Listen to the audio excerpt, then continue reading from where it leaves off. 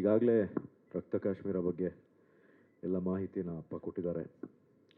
ನಿರ್ಮಾಪಕನಾಗಿ ನಾನು ಹೇಳಬೇಕಾಗಿರೋದು ಒಂದೇ ಅಂದರೆ, ಈ ಸಿನಿಮಾ ಮಾಡಬೇಕಾದ್ರೆ ನಾನು ಯಾವುದು ಸಿನಿಮಾ ಮಾಡ್ತಾ ಇರಲಿಲ್ಲ. ಯಾಕೆಂದರೆ ರೆಬೆಲ್ ಸಿನಿಮಾಗೋಸ್ಕರ ರೆಡಿ ಆಗ್ತಾ ಇದ್ದೆ. ಸೊ ಹಾಗೆ ಪ್ರೊಡಕ್ಷನ್ನ ನಾನು ಹ್ಯಾಂಡಲ್ ಮಾಡ್ತಾ ಇದ್ದೆ. ಸೊ ಕಾಶ್ಮೀರ್ ಶೆಡ್ಯೂಲ್ ಅಂತೂ I think the most difficult schedule.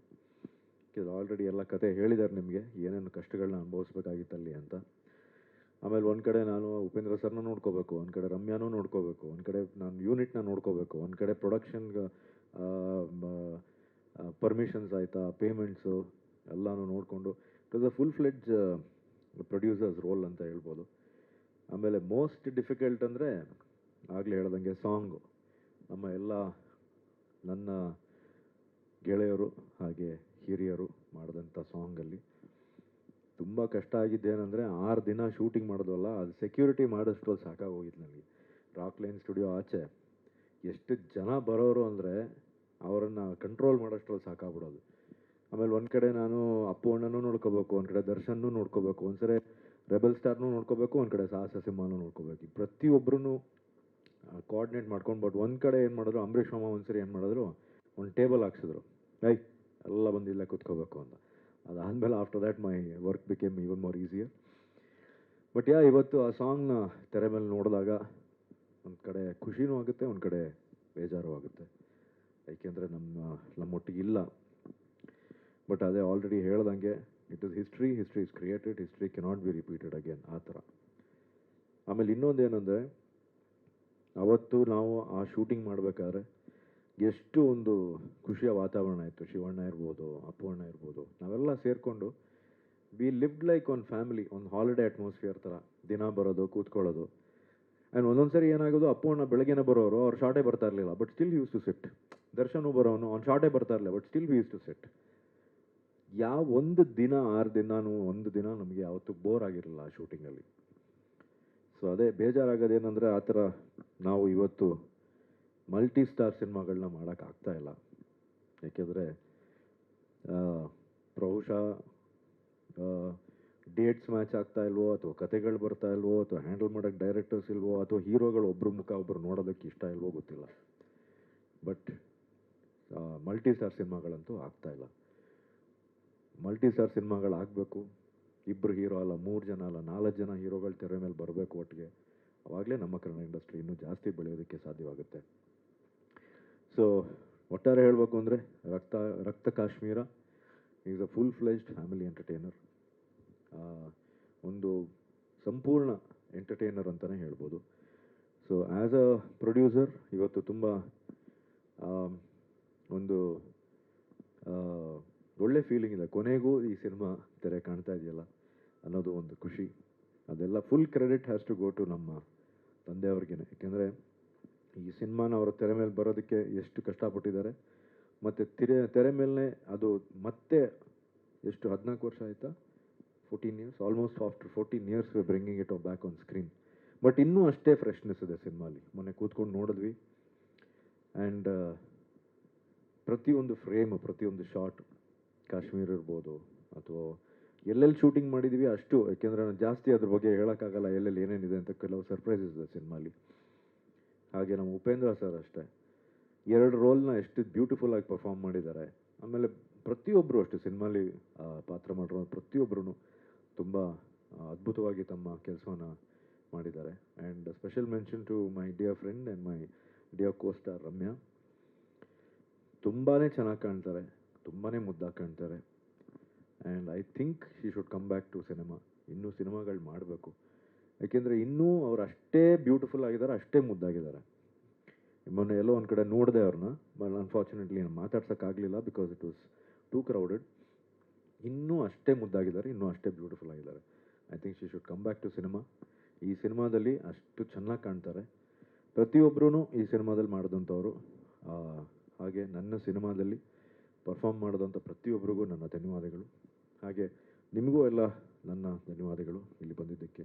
ನಿಮ್ಮ ಸಪೋರ್ಟ್ ಸದಾ ನಮ್ಮ ಫ್ಯಾಮಿಲಿ ಮೇಲೆ, ನನ್ನ ಮೇಲೆ, ನಮ್ಮ ಫಾದರ್ ಮೇಲೆ ಇತ್ತು, ಮುಂದೇನೂ ಹಾಗೆ ಇರಲಿ ಅಂತ ಕೇಳ್ಕೊತೀನಿ. ನಮಸ್ಕಾರ. ಈಗಾಗಲೇ ರಕ್ತ ಕಾಶ್ಮೀರ ಬಗ್ಗೆ ಎಲ್ಲ ಮಾಹಿತಿನ ಅಪ್ಪ ಕೊಟ್ಟಿದ್ದಾರೆ. ನಿರ್ಮಾಪಕನಾಗಿ ನಾನು ಹೇಳಬೇಕಾಗಿರೋದು ಒಂದೇ ಅಂದರೆ, ಈ ಸಿನಿಮಾ ಮಾಡಬೇಕಾದ್ರೆ ನಾನು ಯಾವುದು ಸಿನಿಮಾ ಮಾಡ್ತಾ ಇರಲಿಲ್ಲ. ಯಾಕೆಂದರೆ ರೆಬೆಲ್ ಸಿನಿಮಾಗೋಸ್ಕರ ರೆಡಿ ಆಗ್ತಾ ಇದ್ದೆ. ಸೊ ಹಾಗೆ ಪ್ರೊಡಕ್ಷನ್ನ ನಾನು ಹ್ಯಾಂಡಲ್ ಮಾಡ್ತಾ ಇದ್ದೆ.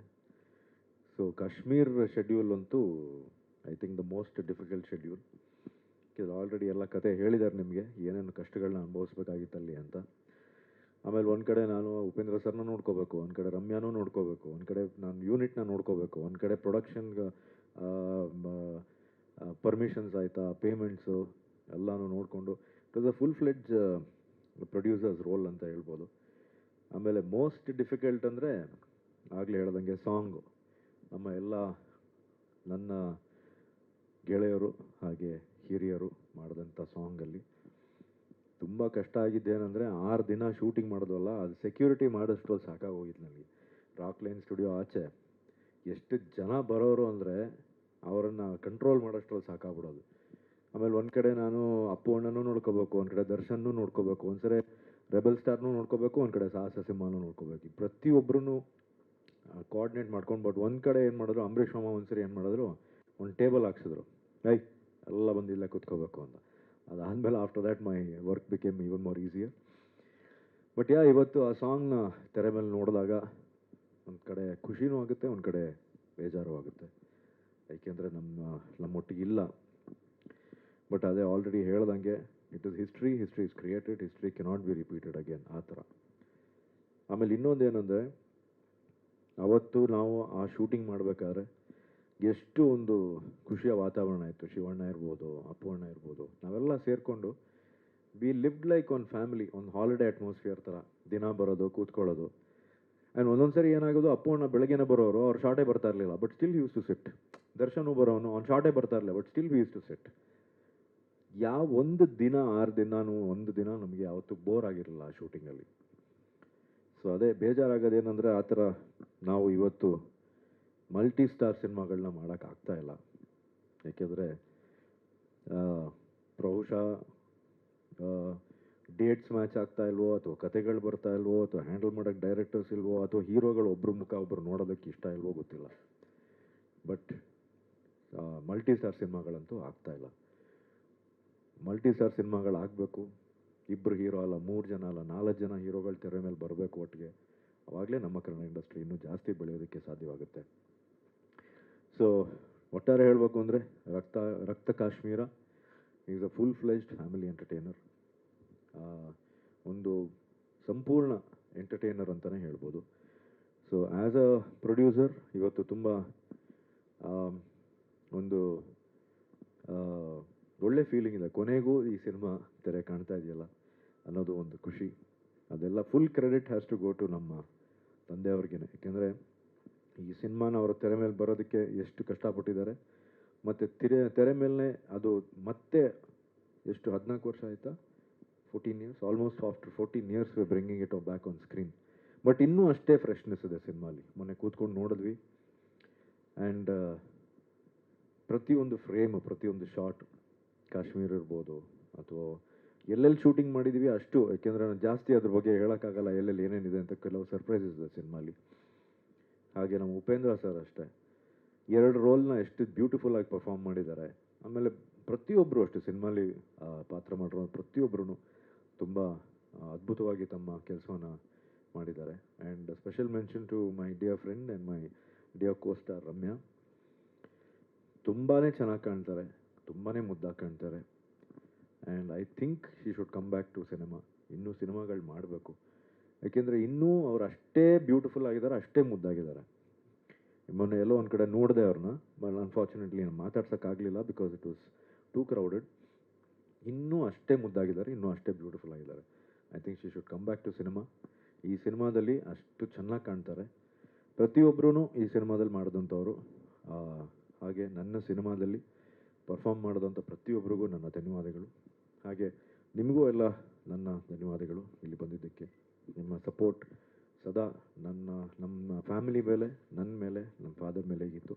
ಮುಂದೇನೂ ಹಾಗೆ ಇರಲಿ ಅಂತ ಕೇಳ್ಕೊತೀನಿ. ನಮಸ್ಕಾರ.